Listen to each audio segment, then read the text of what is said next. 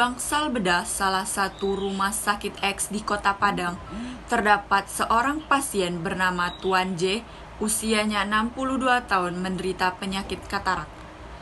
Pasien saat ini datang dengan keadaan keluarga dan berjalan dibantu oleh keluarga.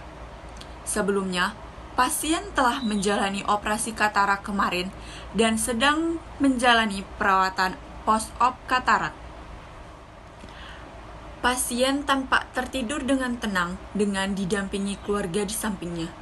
Suatu ketika, keluarga meninggalkan pasien untuk ke kamar mandi. Tanpa disadari, keluarga meninggalkan pasien dengan bed rails tidak terpasang.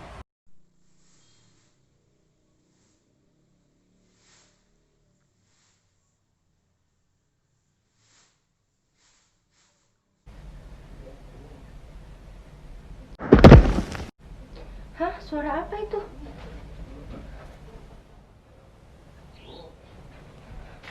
Suster, suster. Sus, tolong ayah saya, sus.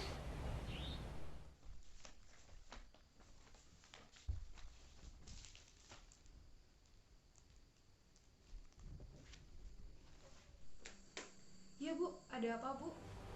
Ini sus, tadi saya ke kamar mandi dan terdengar ada suara jatuh. Dan ternyata ayah saya, sus. Mari saya bantu bapaknya kembali ke tempat tidur. Mari pak. Terima kasih, sus. Kali bapaknya jangan ditinggal sendiri ya bu. Kalau memang mau ditinggal sendiri, tolong pengaman bed yang di sebelah tempat tidurnya dipasang ya bu. Tujuannya adalah supaya nanti kalau misalnya bapak mau gerak-gerik gitu di atas tempat tidur gitu kan, dia tuh ada pembatas. Iya, baik, sus. Lain kali saya tidak akan ulangi lagi. Malam hari mohon untuk tidak mematikan lampunya ya bu. Sama satu lagi, kalau misalnya bapak mau ke WC, tolong bantu untuk dituntun ya bu. Jika bapak tidak sanggup untuk pergi ke kamar mandi, ibu silakan ambil pispot di kamar mandi untuk digunakan menampung buang air besar sama buang air kecil dari bapak ya bu. Karena bapak kan pasti risiko jatuh, jadi saya berikan tanda di bagian kaki bednya untuk menandakan bahwa bapak adalah pasien risiko jatuh ya bu. Apakah ada yang ingin ditanyakan bu? Sepertinya tidak ada lagi pertanyaan, sus. Saya permisi dulu. Jika ibu perlu bantuan, silakan datang ke nurse station untuk minta bantuan kepada perat-peratnya. Saya permisi dulu ya bu. Pada kali ini saya akan menjelaskan mengenai SOP manajemen risiko jatuh. Ini berkaitan dengan sasaran keselamatan pasien yang keenam, yaitu mengenai pengurangan risiko jatuh. Pertama, kita masuk pada pengertian.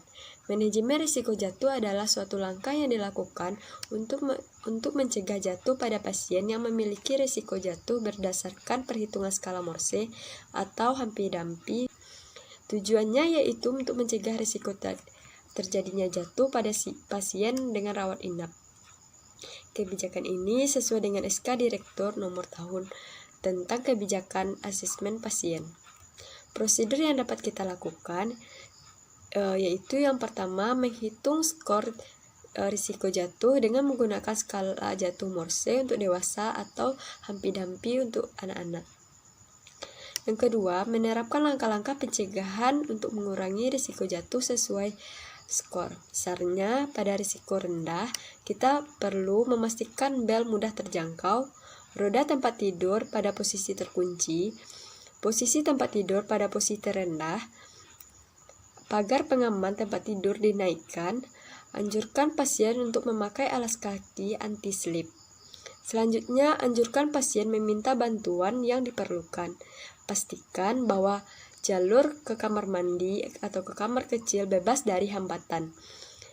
Selanjutnya, pastikan keadaan ruangan terang, pastikan lorong bebas dari hambatan, pastikan bedside rail, evaluasi kursi dan tinggi tempat tidur. Selanjutnya, mengamati lingkungan untuk kondisi berpotensi tidak aman dan segera laporkan untuk perbaikan.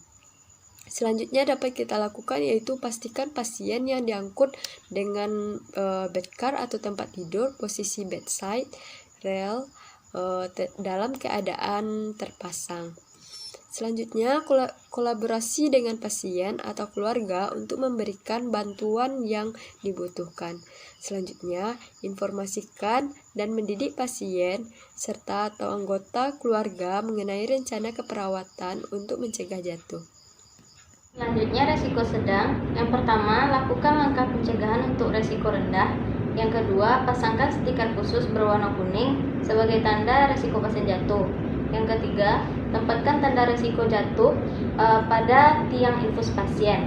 Yang keempat, pertimbangkan efek puncak obat yang diresepkan yang mempengaruhi tingkat kesadaran dan gaib pasien. Yang kelima, sediakan kursi roda yang terkunci di samping tempat tidur pasien. Yang keenam, tempatkan alat bantu seperti walkers atau tongkat dalam jangkauan pasien. Selanjutnya, cara menilai skor risiko jatuh yang risiko tinggi yaitu lakukan semua langkah pencegahan untuk risiko rendah dan sedang. Yang kedua, yaitu kunjungi dan monitor pasien setiap 2 jam. Yang ketiga, tempatkan pasien di kamar yang paling dekat dengan nurse station. Ini jika memungkinkan. Yang keempat, yaitu langkah-langkah dimonitor hasilnya, baik tentang keberhasilan pengurangan cedera akibat jatuh dan maupun dampak yang berkaitan secara tidak disengaja. Apabila ada pasien yang jatuh, perlu dibuatkan laporan insiden internal dan form kronologis.